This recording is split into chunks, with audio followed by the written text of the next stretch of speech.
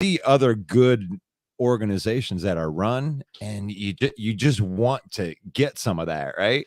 And and ever since Dan Campbell and Brad Holmes has come into this organization, you can tell that there is a culture shift, and that the guys that come to Detroit want to play. And he's built from the inside in the trenches. So whether the Lions win or whether they don't win, I know that they'll put up a fight, and that they're going to be difficult to beat on both sides of the line on the interior.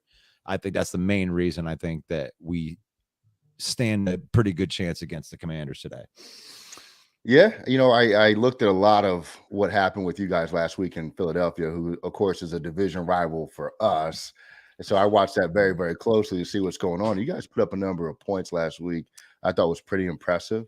What about your defense last week, though? Can you kind of give Commanders fans and educate some of the Detroit fans, too, on what happened defensively last week against the Eagles?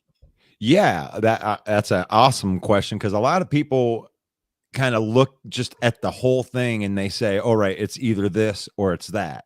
Yeah. And what I saw last week was the Lions were very good at defending on first and second down. They just couldn't get off the field. They were, I think it was 10 of 17, giving up the third down on the third down. And then they were, I think they were 2 or 3. I think the Eagles were 2 or 3 on fourth down. So the Lions' problem wasn't like just all around defending. They weren't giving up a ton of chunk plays other than the AJ Brown stuff, but they have to do better at defending on the downs that can get them off of the field. And gosh, Carson Wentz has got some wheels too, man. So we kind of showed a susceptibility to a running quarterback, and I know that Carson Wentz can move. So defensively, I'm kind of worried that this is going to be a shootout. Yeah, that's sort of what we had last week with Jacksonville in terms of just a lot of points put up. The offense has shown so far that they can move the ball. Speaking of the Commanders, through 1 week, obviously you don't really know a team until when you're Sure. quarter way through the season, as they say. But I think what we've shown is that we have the ability to move the ball and do it in a hurry if necessary. One thing that worries me a little bit about the Detroit Lions offense is Deandre Swift. We were not effective against the run last week in terms of our rush defense. I know Swift is a little bit banged up, but I saw that he's active. What are you expecting from Swift this week? Well, like I talked about earlier, it's the line of scrimmage. It's like Swift is awesome. I love Swift, but it's the idea that a running back is going to get to run behind a line that's going to get a yard to 2 yards worth of penetration just with the offensive line being able to move your D. Now, you have a pretty good D line, so I do believe that it's going to be hard for our offensive line to move you guys, especially with the injuries that we have up front. So I think that does change the dynamics, because at the beginning I had the Lions winning by more than a score, but without our offensive line being able to dominate the way that it's been, then I see the game being a little bit closer, and it's more of a toss up now with the injuries we have up front. So Swift is awesome. He can gash you, but all Craig Reynolds, you got to worry about him too, and Jamal Williams. Anybody toting the rock behind an offensive line that's opening up holes. Yeah, talk to me about Williams, man. He seems to be the emotional leader of the team. I like what he can do. He's not the most dynamic running back in the world in terms of just explosiveness, but what does he bring to the Lions offense? Hit the hole. Like, he doesn't mess around. There ain't no dance around. Let's see if we can get something to happen. It's like he sees that cut, that crease, he hits it. And that's important for running back, even over and above like physical abilities. Like, oh, I can spin, I can jump over people or whatever. But it's more important that you understand that when that little gleam of light hits in between those two linemen, that you're getting skinny and getting through that hole. And that's what Jamal Williams does. That's why he can score those 1 yard, get those 1 yards. That's where he is. I don't know. That's where he makes his money. Give me one, Jamal. A lot of Commanders fans look at Jared Goff and think, okay, we got an easy day ahead of us, because outside of Detroit and maybe some folks still in LA, there's not a ton of respect, I think, for Jared Goff nationally, right? Because I think we see some of the Okay. things, the mistakes that he makes. But I saw a lot of Detroit fans saying, no thanks on Lamar Jackson. We'll stick with Jared Goff. Tell me why I'm wrong about Jared Goff and what he is in your offense. So Jared Goff to me, and this is a great question because this is debated on probably every Detroit talk show that there is. Uh, Jared Goff is the most underrated quarterback in the NFL by a mile, and it isn't even close. And I'm going to tell you why. Okay. The fact that I have to prove to you or I have to argue that he's an average quarterback, that's the end of the discussion right there. This guy's been to 2 Pro Bowls. He has been to a Super Bowl, and his career passer rating is in this. The QBR is like in the 70s. It's like even on his worst year last year, he was still ranked the 23rd quarterback in the league, and that was his lowest ranking by far. And somehow people have him ranked as the 32nd or 33rd best quarterback in the league, and Yeah. it's never happened. You can't back that up with stats. So where Goff is good is he's an accurate quarterback. If he's clean in the pocket, he'll chew you up. But he runs into problems when he gets under pressure. He does become turnover prone, and that's why people use the term. What do they always say? Oh, he needs to have a team around him. Well, who doesn't need to have a team around them to Yeah. be good? Yeah. So Goff is playing with house money right now because Yeah. he's in a put up or shut up year, because if he doesn't play well this year, we can get rid of him for like $9 million next year for a bag of chips, and then Yeah. we start over. So Yeah. Goff has everything around him. He's got the weapons. They put the offensive line. They got the running backs. I mean, if he doesn't put up, I mean, get out, dude. Somebody wants to play behind that. For sure. So, And let me shout out our guys, Rep the District. That's another Commanders podcast. They're like family to us. Make sure you're plugged in with everything they're doing. Stoner, Chris, Nathan, Trev, all of them. They do a good job over there. I'm gonna bring in our guy Brian here in a second, but let me ask you this before we do it, because Rep the District says golf needs 72 degrees and sunny to be effective, which hey, you know what? I was about ready to comment on that, and I think that's a great assessment. I mean, if you're trying to paint a picture of what Goff is, it's like there are quarterbacks you want to see bad. When Goff got injured last year, there was this guy named Tim Boyle that stepped in. Yeah. Like if you want to complain about Goff, just watch Boyle play what a bad quarterback looks like, and then you'll be appreciative of what Goff brings to the table. But yeah, 72 degrees is, yeah, that's perfect, because when you don't give him clean pockets, Goff is not good. He'll fumble the ball, he'll turn it over. But let me ask you, Russell. If I said today I'll trade you Russell Wentz for Jared Goff, are you taking that trade? Am I taking Wentz for Goff? Yeah. Oh no, not. See, gosh, poor Wentz has got something that, I mean, I know that you guys are worried about Wentz too. So I think that they're similar in a way. Goff's more accurate, and Wentz can move better. I'm taking Wentz. Brian, what about you? If they offered you Jared Goff straight up for Carson Wentz, are you taking that trade? Oh, absolutely. I think for the main fact, when we looked at Goff and we saw kind of him at his best, it was with McVay, and everything was schemed perfect for him, and he looked legitimate. He looked really, really good. But when everything's not perfect for him, what does he look like? And it's looked very ordinary. I would say probably in the best case scenario.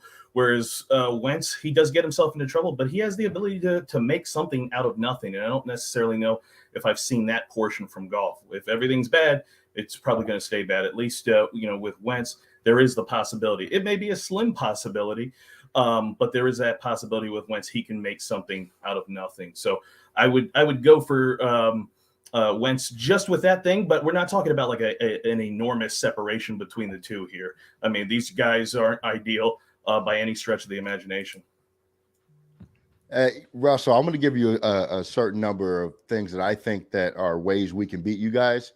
Tell me why you don't agree or how you think they'll stop it. All right. First up, we have a Swiss Army knife weapon and Antonio Gibson, running back slash receiver, might even return some kicks every now and then.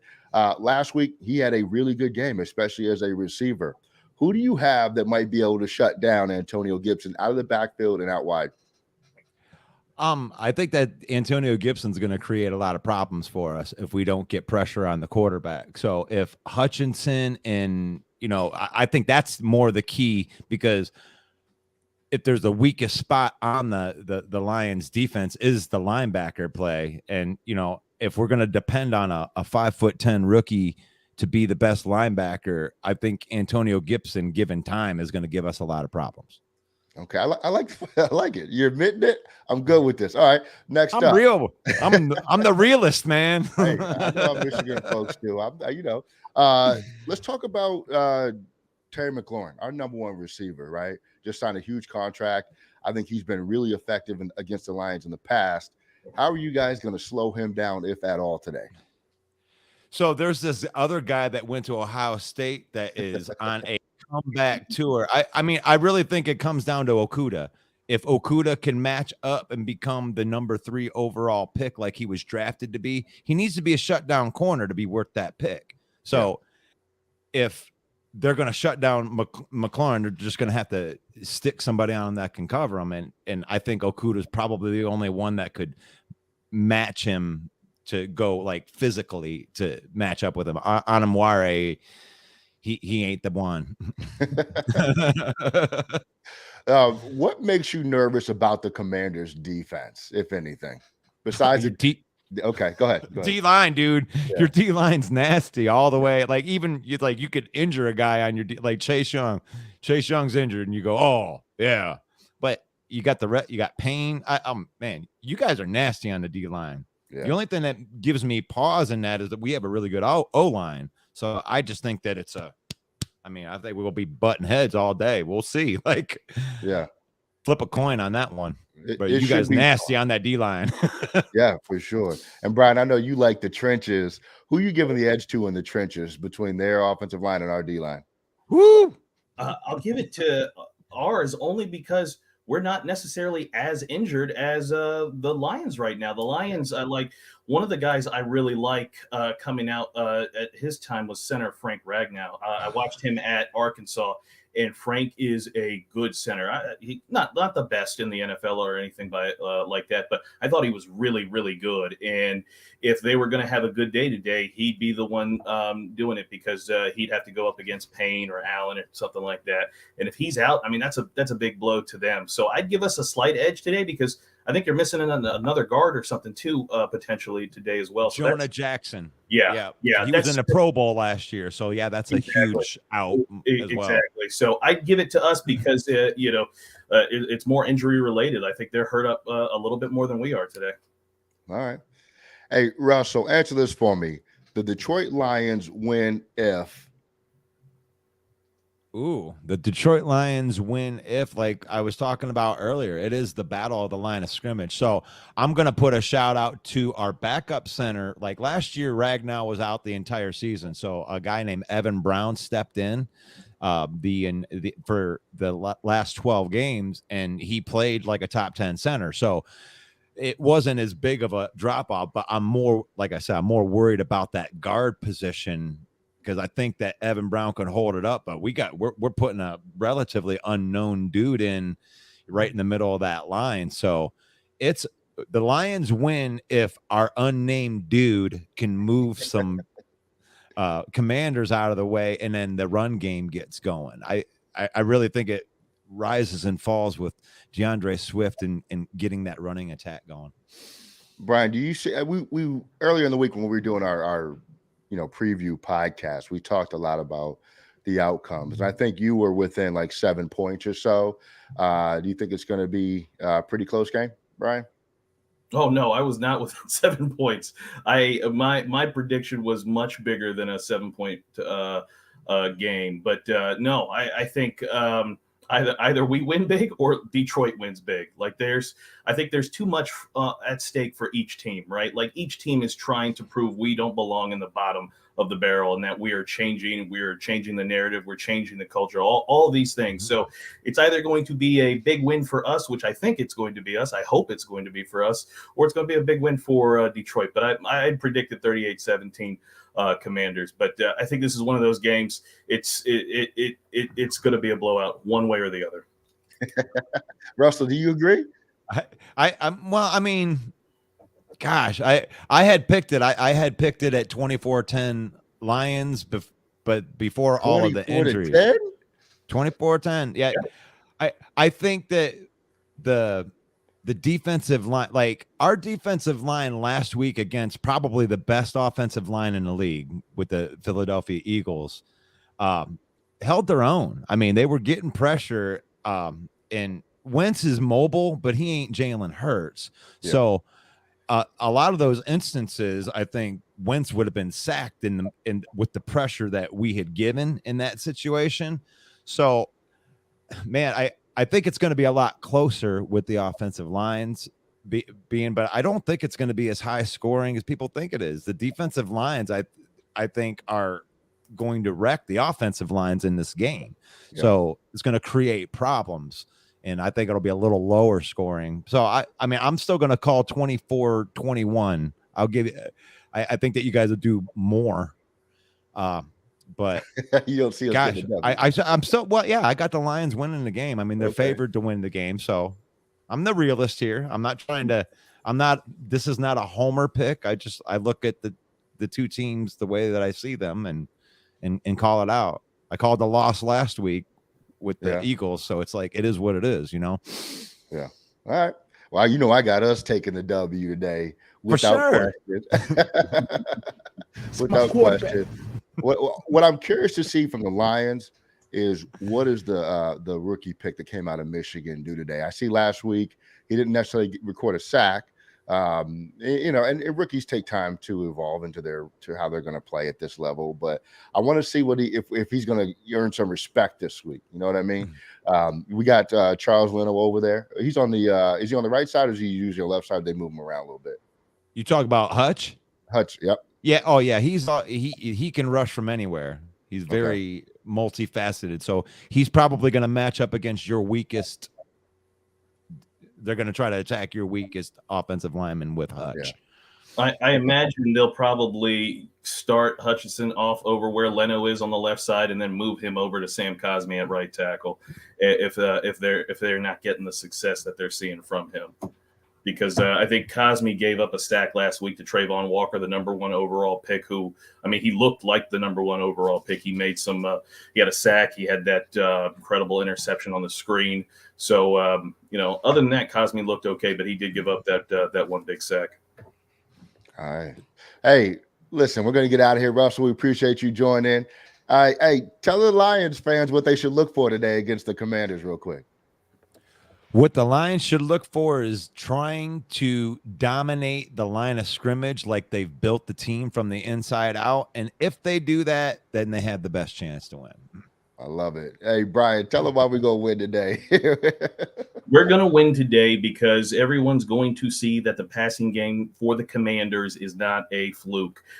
They have the ability to strike anywhere on the field, and they have multiple guys. Lock up Terry, cool. We've got Jahan, Curtis Samuel now, J.D. McKissick, and Antonio Gibson all coming out of the backfield. And we haven't even talked about the tight ends yet either. So I think that is what you're going to look for today, and you're going to see it early, and you're going to see it often. Yes, sir. Yes, sir. 42-17 was my prediction earlier this week. I'm standing on that. Yeah, it's going down like that, Russell, just so you know. Hey, but, it's okay, man. Yeah. That's why we fans, right? Exactly right. Exactly right. Hey, thanks for joining us. Everybody watching, thanks for checking it out. I appreciate it, guys. Hey, Russell. God bless you guys. Have a great day. You too. Tell them one more time before you go, Russell, where they can find you and all your work. You can find me. This is the main event. I'm Russell Wayne from the Main Event 365. That's all Detroit. That's Maine. That's MANE, like the Lions Maine Event 365. God bless you guys. We'll see you guys flip side. All right. We'll see you.